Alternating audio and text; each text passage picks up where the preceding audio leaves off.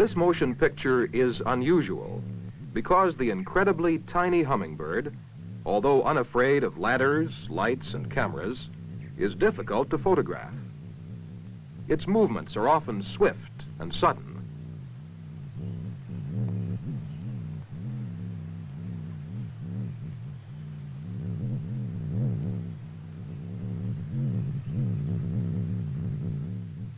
The hummingbird is the smallest of all birds. It averages 4 inches in length. How much do they weigh? It may take 15 fully grown hummingbirds to weigh 1 ounce, and this mature female barely counterbalances a nickel. By means of high-speed photography, you can now see the hummingbird's wings in slow motion. The wings change pitch at the shoulders to provide lift at each stroke, much like the hands of a swimmer. This unique figure-8 movement enables the hummingbird to remain suspended or to fly backward as well as forward. This maneuverability enables it to feed in flight from nearly any position. The hummingbird is the only bird which can fly in any direction. Although its wings appear to be moving slowly, they are beating more than 60 times each second. Many hummingbirds are beautifully colored, especially on the throat and head. Colors are always more brilliant in the male bird. This color is caused by iridescence. The feathers contain no color pigment. They're not pigmented like this fruit, but reflect colored light, like a prism or the facets of a jewel. Therefore, movement contributes to the illusion of color, and the colors seem to wink on and off, and even change hue as the bird turns its head from side to side.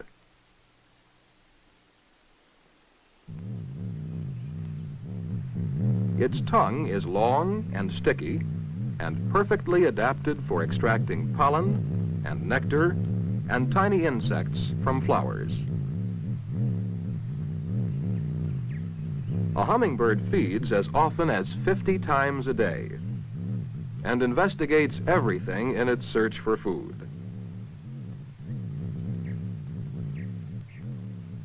Since it's attracted by bright colors, it can be lured to your hand by colored water and will drink if the water is sweetened with sugar.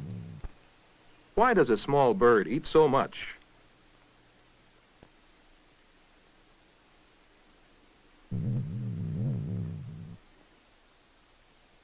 Hummingbirds live in nearly every part of North and South America. This is a female Calyptiana from the Pacific coast of California. It is more often called Anna's hummingbird. And this is the male Calyptiana, one of the few hummingbirds which sing. He courts the female like this.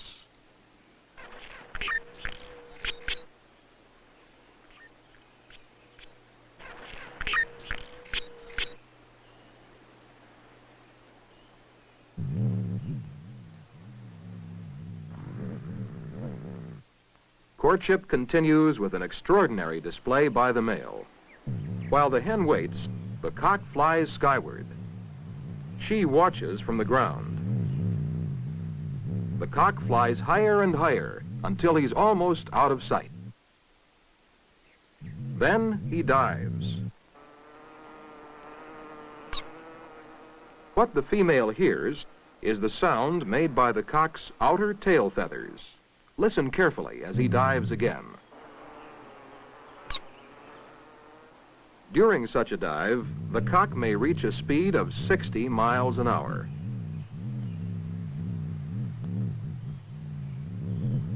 On his return to the ground, the cock pursues the female until she accepts him as her mate.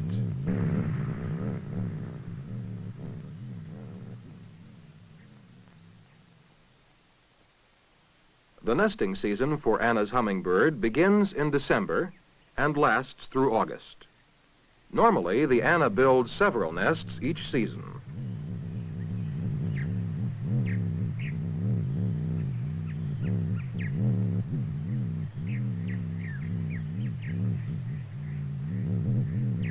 In a single day, she makes more than 150 trips for nest building material. She builds her nest with greater care than many birds, fitting each bit of material into place and shaping it with her body. Twigs and grass, feathers and spider webs, and pieces of lichen are all skillfully woven together like this.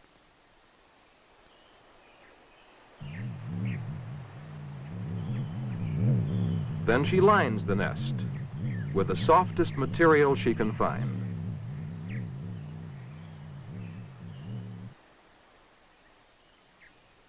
In this case, the female uses cotton from a clothesline rope and packs the lining layer on layer with her feet and body.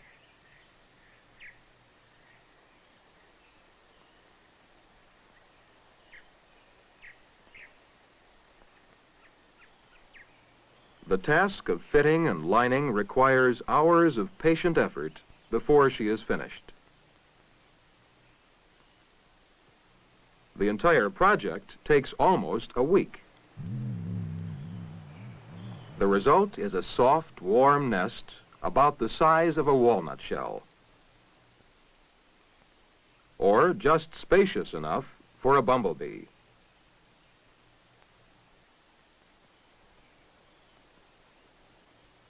The hen has now been nesting a week. On the 7th day, she leaves the nest and the first egg. For most of the day, she guards the egg. She feeds briefly, but at dusk returns to the nest to protect her egg from the cold. She covers it each night for the next 2 nights. In the morning of the 3rd day, she lays a second egg. Normally, 2 eggs are all she will lay in a single nesting. The incredibly small scale of a hummingbird's world is revealed by this small bean. Inside each egg is a chick embryo.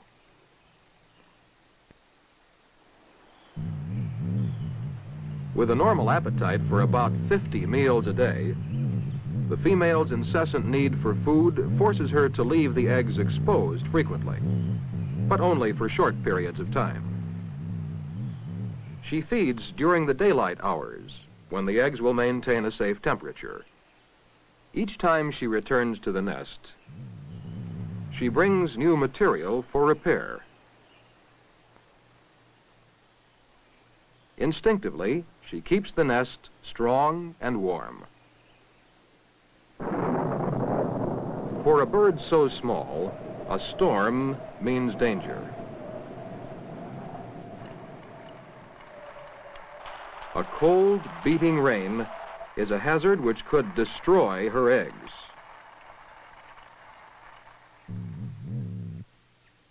Incubation can last from 12 to 18 days. Incubation is the time between the laying and the hatching of the egg. Why does the time required for incubation differ with each egg?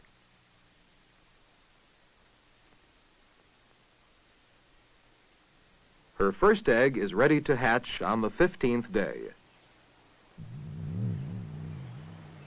And the first chick hatches while she hovers over the nest.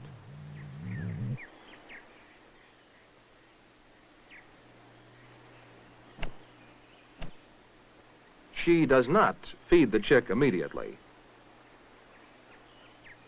When the chick is free of its shell, she covers the nest and incubates her second egg.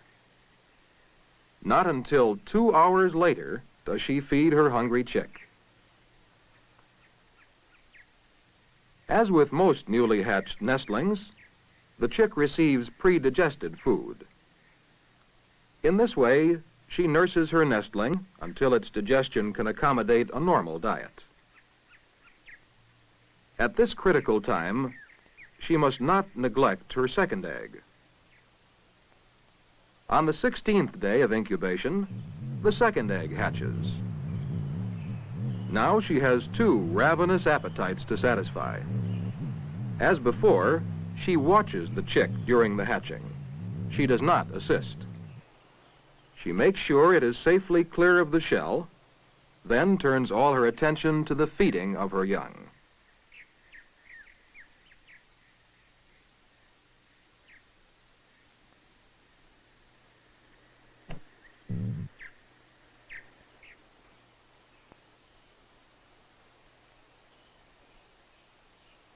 Now that her chicks are hatched, she has neither time nor energy for careful housekeeping, so she clears the nest of shells with her wings. The nestlings are helpless. Their eyes are closed, and in the first days after hatching, they require countless feedings. Their diet continues to be predigested, their hunger perpetual. They also demand the warmth of her body. After a week, the nestlings have enough feathers to protect them from the cold, and their eyes are open. 2 weeks after hatching, they crowd the nest. This is their progress in just 14 days. Their beaks grow longer, and by the time they can fly, they will be able to feed from flowers. Covering the nestlings is now difficult. Since she can find no room for herself, she leaves the nest.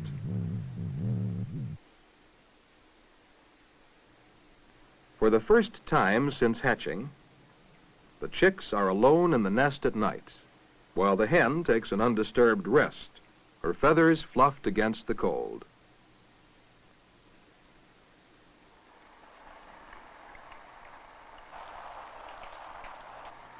To the chicks, rain is strange and uncomfortable. But the hen no longer gives them protection.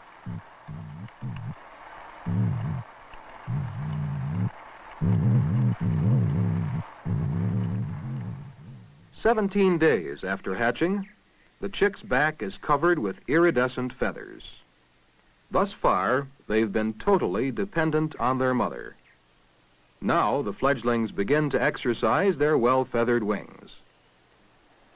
Unlike most birds, they practice flying before they leave the nest.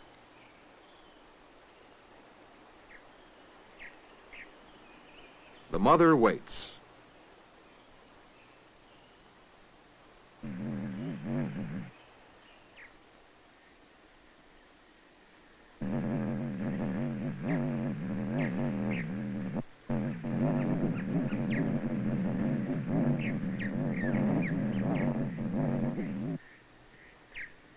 To get the fledglings to fly, she first feeds them.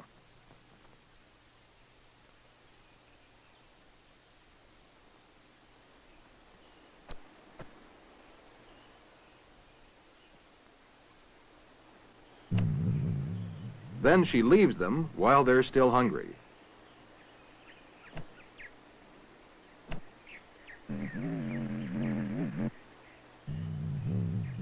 She flies above them.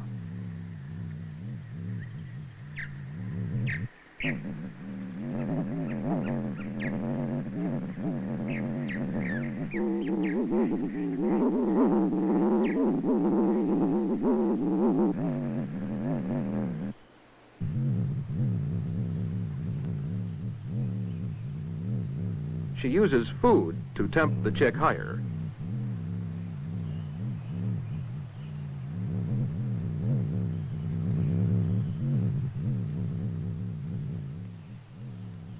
Her second fledgling lags.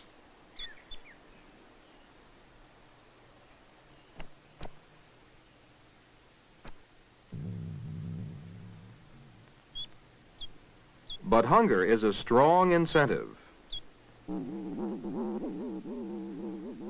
and the need for food is continuous.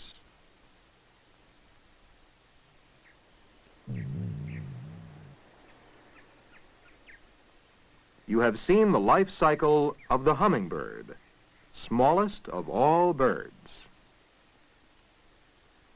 Next spring, when the chicks are old enough to mate, the life story will begin again.